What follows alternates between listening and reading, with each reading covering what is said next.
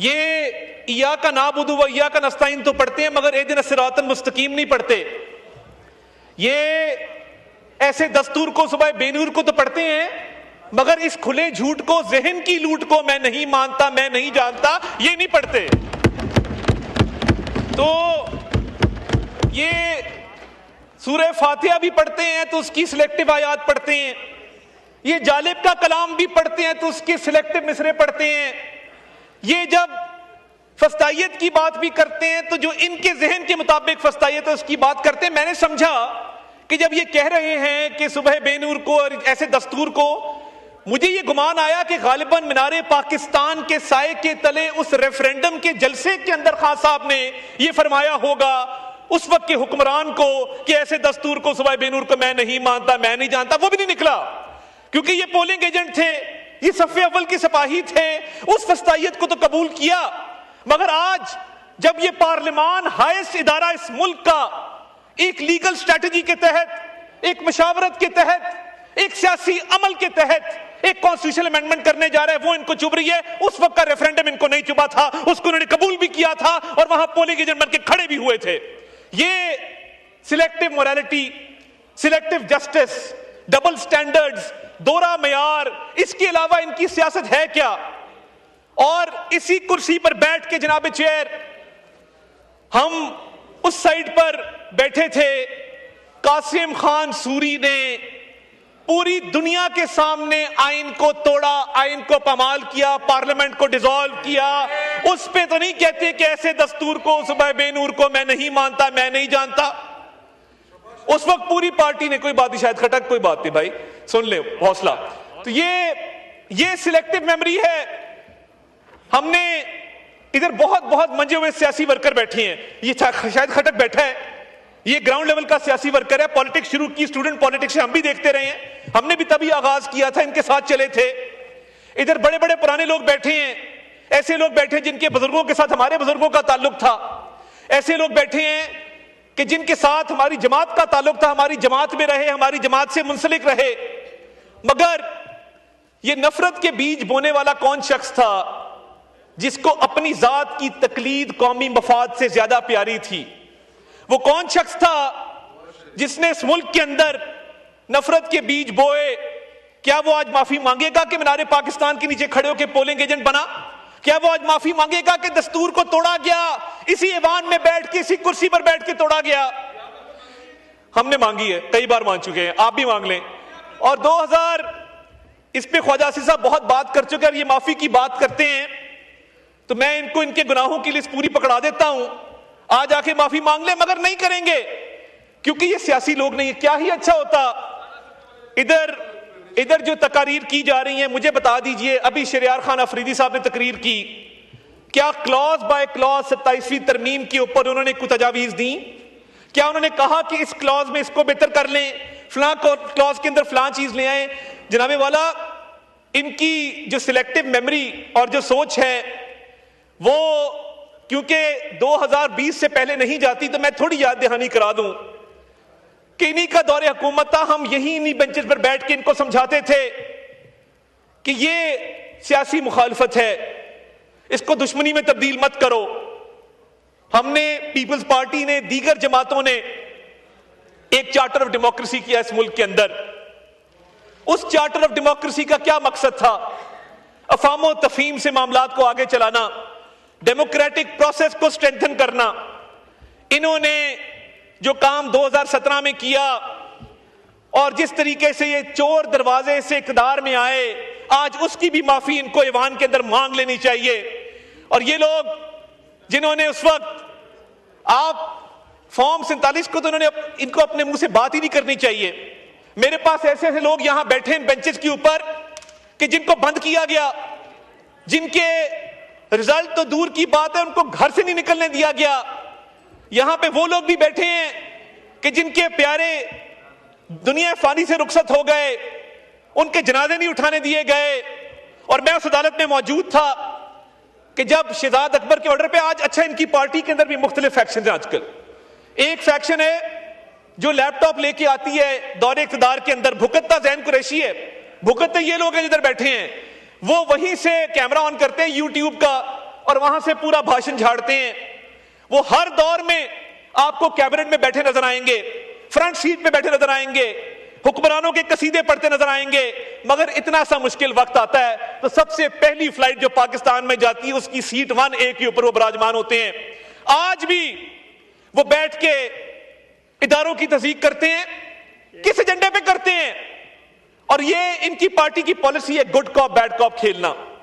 ادھر کچھ لوگ بیٹھ کے سیاسی عمل کی بات کریں گے اور یوٹیوب کے کیمرے والے جو مختلف ممالک کے اندر مقیم ہیں وہ اداروں کے اوپر حملہ کریں گے. آج تک آپ نے سنا محمود خان اچکزئی صاحب کو, مجھے بڑا دکھ ہوا کہ 27ویں ترمیم میں انہوں نے کابل کی بات کی.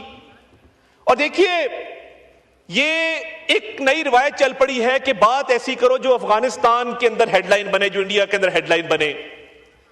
تو آج اتنا سینئر آدمی, اتنا سیزنڈ آدمی, آپ ان کی تقریر کا لب لباب نکالیں تو سوائے کابل کے اس کے اندر دوسری کوئی بات نہیں تھی. کیا ہی اچھا ہوتا تھوڑی پڑھائی کر لیتے.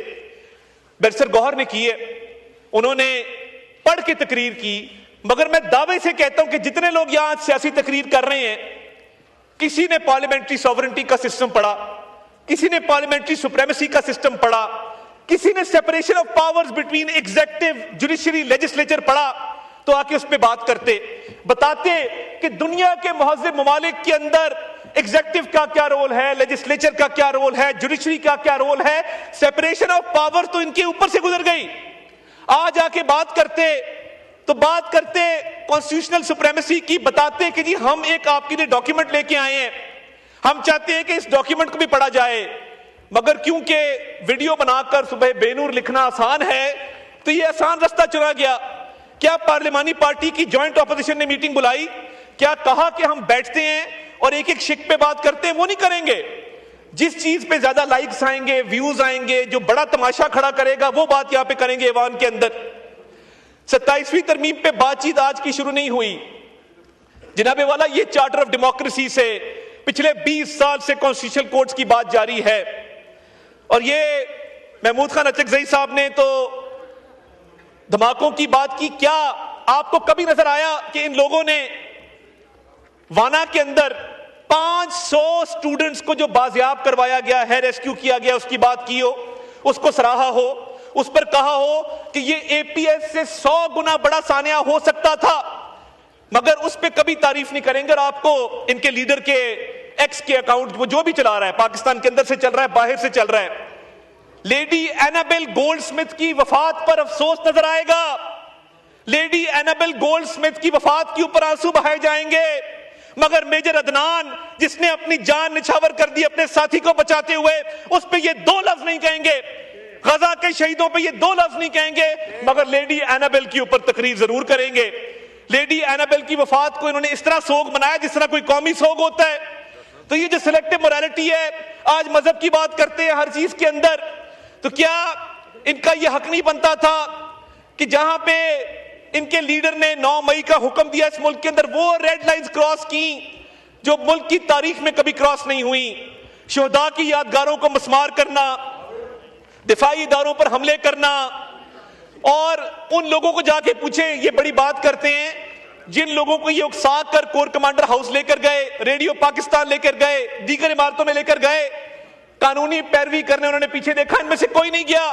ان کی جماعت نے ان کارکنوں کو پوچھا ہی نہیں کہ آپ کے حالات کیا ہیں, ہم کیا مدد آپ کی کر سکتے ہیں. تو یہ سیاسی ورکرز کو ڈچ کرنا اور ان کو پہلے ان کے مائنڈز کو پلوٹ کر کے ان کو جرائم پہ اکسانا اپنے سیاسی مقاصد کے لیے. آج بھی کانسٹیٹیوشن کے حوالے سے آپ پوچھیں گے, کیونکہ بل نہیں پڑا, ادھر اس کو ایک شک اگر یہ بتا دیں اس میں کوئی تجویز آئی ہو, کوئی انہوں نے کمیٹی کے اندر آ کے تجاویز دی ہو, یہ پروسیس کا حصہ نہیں بنیں گے. مگر ہاں پولیٹیکل پوائنٹ سکورنگ کے لیے, اور یہ ان کا حساب ان لوگوں کا ہے جو ٹریلر میں آ کے فلم دیکھتے ہیں, یعنی وہ ٹریلر سے پہلے کی فلم کا کوئی نہیں پتا کہ ٹریلر سے پہلے بھی کوئی 1.5 گھنٹہ فلم چلی ہے, ٹریلر کے بعد جو ہے وہی ان کو نظر آتا ہے, کیونکہ ان کی مینٹالٹی, ان کی موریلٹی وہ ساری 2022 کے بعد کی ہے. اور جناب والا شہریار خان افریدی صاحب نے بڑی اچھی باتیں کی, بڑا انہوں نے یہاں پہ ایک ملک کی سیاست کے اوپر روشنی ڈالی. کیا ہی اچھا ہوتا کہ جب اس ملک میں خواتین کو جیلوں میں ڈالنے کا سلسلہ ان کی پارٹی نے شروع کیا تھا، اس پر بھی تھوڑی بات کر لیتے۔ ان کی اس فسطائیت کی رجیم سے پہلے اس ملک کے اندر یہ رواج نہیں تھا کہ ماؤں بہنوں بیٹیوں کو سیاسی انتقام کا نشانہ بنایا جائے۔ ہمارے معاشرے میں ماں بہن بیٹی کی بڑی عزت ہے، لوگ بڑی قدر کی نگاہ سے دیکھتے ہیں، مگر ان لوگوں نے یہ روایت ڈالی کہ سیاسی انتقام میں اندھے ہو کر اس وقت ہم ان کو سمجھاتے تھے، ادھر بیٹھ کے سمجھاتے تھے کہ یہ وقت کا دھارا ہے، یہ ایک سا نہیں رہتا، جیسی کرنی ویسی بھرنی، مگر ان کو یہ بات سمجھ نہیں آتی تھی۔ آج بھی یہ اسی روش کے اوپر ہیں۔ انہوں نے پچھلے 4-4.5 سال میں کچھ نہیں سیکھا، اگر سیکھا ہوتا تو 27ویں ترمیم پر آ کر بات کرتے، پولیٹیکل پروسیس کا حصہ بنتے، پولیٹیکل پروسیس پہ کامنٹ کرتے، مگر سیاسی تقاریر جتنی مرضی کروا لیں اس پہ ان کو پوری مہارت حاصل ہے، مگر یہ کبھی بات نہیں کریں گے کہ کانسٹیٹیوشنل امینڈمنٹ کیا ہوتی ہے، کانسٹیٹیوشن کی سپریمیسی کیا ہوتی ہے، پارلیمنٹری سوورنٹی کا کیا نوشن ہے، سپریشن آف پاورز کیسے ہوتی ہے۔ اور جناب والا اگر تھوڑی سی ریسرچ کر لیتے، تھوڑی سی انگریزی پڑھنے کی زحمت کر لیتے تو آج یہاں پہ ہاؤس کے اندر ایک پروڈکٹیو ڈسکشن ہو رہی ہوتی۔ آج ہاؤس کے اندر ایک مکمل طور پہ اس کے اوپر پوری دنیا میں ایک میسج جا رہا ہوتا کہ جی پاکستان کی پارلیمنٹ نے بڑی اس کے اوپر فروٹفل ڈیبیٹ کی ہے، لیگل نوشنز کے اوپر ڈیبیٹ کی ہے، کانسٹیٹیوشنل نارمز پہ ڈیبیٹ کی ہے، دنیا کی جو بیسٹ پریکٹسز ہے اس پہ ڈیبیٹ کی ہے۔ اور جناب والا میں بالکل کلیئر کر دوں کہ آرٹیکل 243 کے حوالے سے الحمدللہ پاکستان کی ایک عزت بنی۔ مئی کی جنگ کے بعد ہم دنیا میں جہاں جاتے ہیں لوگ پاکستانیوں کو قدر کی نگاہ سے دیکھتے ہیں۔ آپ جائیں باہر، سعودی عرب میں جو اسٹریٹجک میوچل ڈیفنس اگریمنٹ ہوا، جو economic cooperation frame work launch ہوا، پاکستان کے جھنڈے 25 کلومیٹر ریاض شہر کے اندر میں نے لگے خود دیکھے۔ یہ کس کی بات کرتے ہیں؟ یہ باہر جائیں تو صحیح، جس ایئرپورٹ پہ پاکستانی جا کے سب پاسپورٹ امیگریشن کاؤنٹر پہ دیکھتا ہے، لوگ اس کو عزت اور قدر کی نگاہ سے دیکھتے ہیں۔ دنیا کے ممالک پاکستان کا نام لے رہے ہیں، پاکستان کی عزت کر رہے ہیں۔ اور میں صرف ریکارڈ کی درستگی کے لیے، شہریار خان افریدی صاحب نے کہا کہ اتنے ہزار لوگ باہر چلے گئے۔ جناب والا صرف اس اکتوبر کے مہینے میں پاکستان کو 3.4 ارب ڈالر کی ریمیٹنسز آئی ہیں، جو پچھلے سال کے مقابلے میں 11% زیادہ ہے۔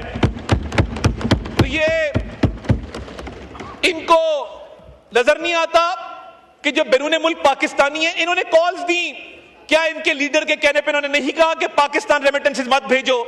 آپ موازنہ کر لیں کہ ریمیٹنسز ریکارڈ ہے اس وقت، آپ کی بائیکاٹ کی کالز کے باوجود آپ بار بار کہتے رہے مت بھیجو مت بھیجو مت بھیجو، مگر میں اوورسیز پاکستانی کو سلام پیش کرتا ہوں، جتنا آپ نے منع کیا اتنی زیادہ ریمیٹنسز پاکستان کے اندر آئی ہیں۔ آپ منع کرتے رہے وہ ریمیٹنسز بھیجتے رہے، آپ منع کرتے رہے وہ ریمیٹنسز بھیجتے رہے، آپ کہتے رہے کہ سب پاسپورٹ کی عزت نہیں ہوگی، ملک ڈیفالٹ کر جائے گا۔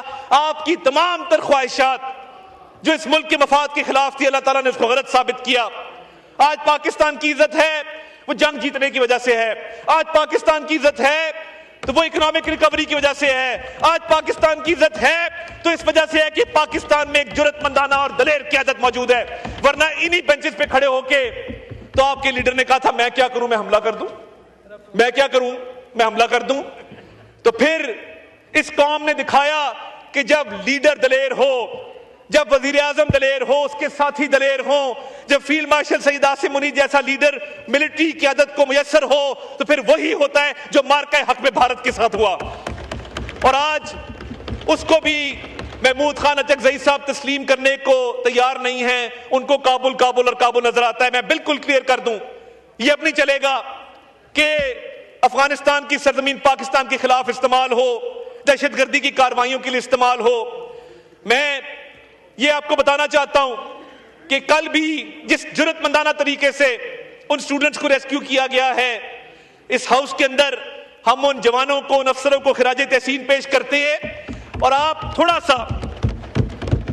سا صرف اپنا ریکارڈ درست کر لیں، آپ نے کانسٹیٹیوشن بھی نہیں پڑھا، آپ نے 27ویں ترمیم بھی نہیں پڑھی، آپ نے تاریخ بھی نہیں پڑھی، صرف پچھلی 4 سالوں کی داستان ہے جس پر چیخو پکار ہے، جس پہ رونا دھونا ہے، اور رونے دھونے کے علاوہ کچھ نہیں ہے۔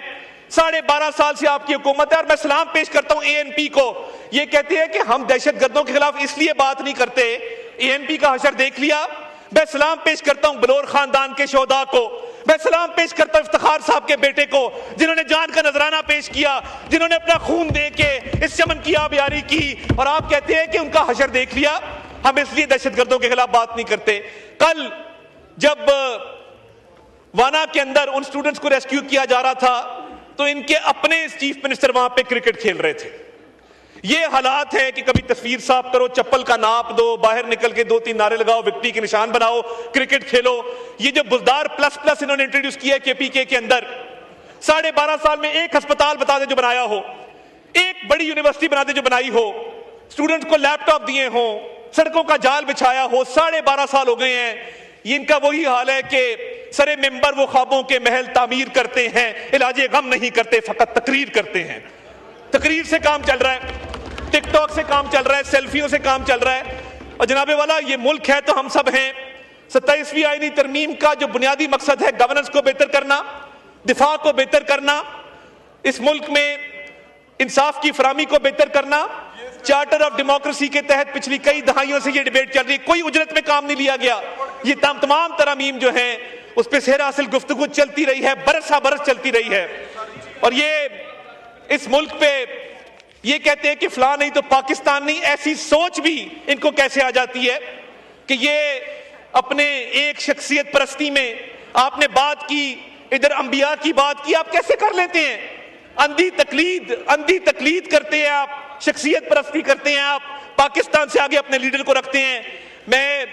یہ سوچ ہے جو فسطائیت کی بنیاد ہے، جو یہاں بیٹھے بھی ان کی تھی، وہاں بیٹھ کے بھی تبدیل نہیں ہوئی. یہ ملک ہے، اس ملک کی بہتری ہے تو ہم سب ہیں. یہ کسی لیڈر کو پاکستان سے آگے رکھنا، میں سمجھتا ہوں کہ یہ اس ملک کے ساتھ زیادتی ہے، اس کی سیاست کے ساتھ، پارلیمان کے ساتھ زیادتی ہے. میں ان اشعار کے ساتھ اجازت لوں گا کہ بخت سے کوئی شکایت ہے نہ افلاک سے ہے، بخت سے کوئی شکایت ہے نہ افلاک سے ہے، یہی کیا کم ہے کہ نسبت مجھے اس خاک سے ہے. اور بزم انجم میں کبا خاک کی اوڑی میں نے، اور میری ساری فضیلت اسی پوشاک سے ہے. پاکستان زندہ باد.